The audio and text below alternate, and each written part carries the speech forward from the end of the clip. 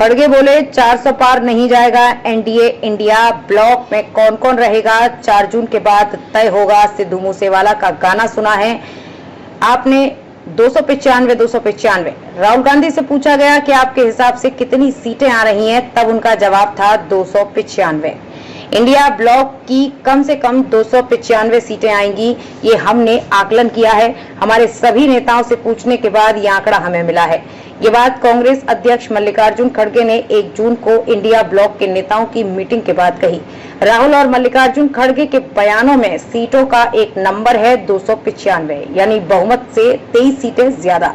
और जब मल्लिकार्जुन खड़गे से इस कॉन्फिडेंस की वजह पूछी तो उन्होंने सीटों के नंबर नहीं बताए, बस इतना कहा कि जनता हमें जिता रही है। बीजेपी के 400 सीटें जीतने के दावे को गलत कहा और इंडिया ब्लॉक के भविष्य के बारे में भी बताया। सीट हम नहीं, जनता दे रही है और बहुमत से दे रही है। हम जीतेंगे और बीजेपी सत्ता से बाहर जाएगी।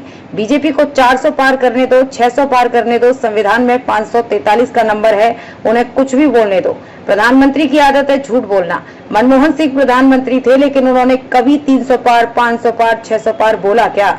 जिस आदमी को राजनीति की कम समझ होती है वही ऐसी बातें कर सकता है।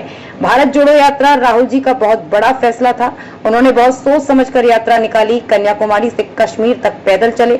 बच्चे, बूढ़े, जवान, व्यापारी, आदिवासी, रिपोर्टर, डॉक्टर, राइटर सबसे मिले, उनकी समस्या सुनी, शाम को उन पर डिबेट करते थे। इससे हमें बहुत फायदा हुआ। उन्होंने कांग्रेस पार्टी को असेट बनाकर दिया।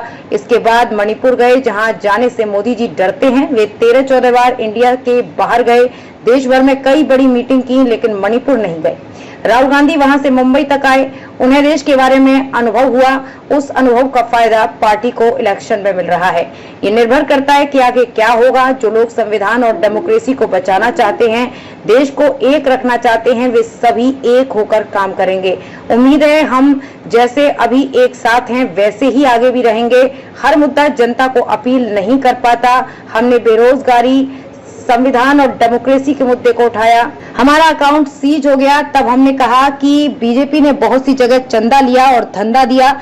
हमने जनता को बताया कि बीजेपी ने ऐसी कंपनियों से चंदा लिया जो घाटे में हैं। अगर कोई कंपनी घाटे में है तो कैसे बीजेपी को 100 करोड़, 500 करोड़ दे सकती है? ये लोग भ्रष्टाचार करते हैं और इल्जाम दूसरों पर डालते हैं। नेताओं को धमकाकर अपने साथ लेते हैं, फिर उन्हें डिप्टी सीएम से लेकर राज्यसभा तक भेज रहे हैं। आप भ्रष्टाचार खत्म करने की बात बोलते हो और दूसरी तरफ उन्हें राज्यसभा भी भेज रहे हो। ऐसा नहीं है। हम पॉलिटिक्स में हमारे उसूलों को लागू करने के लिए आए हैं। हम जिस विचारधारा पर विश्वास रखते हैं उसे जिंदा रखने के लिए लड़ते हैं।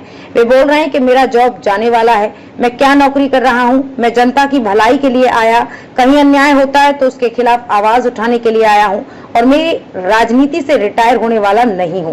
प्रधानमंत्री के कुछ दोस्त हैं, मीडिया उनके साथ में है, वे इसका बहुत इस्तेमाल करते हैं।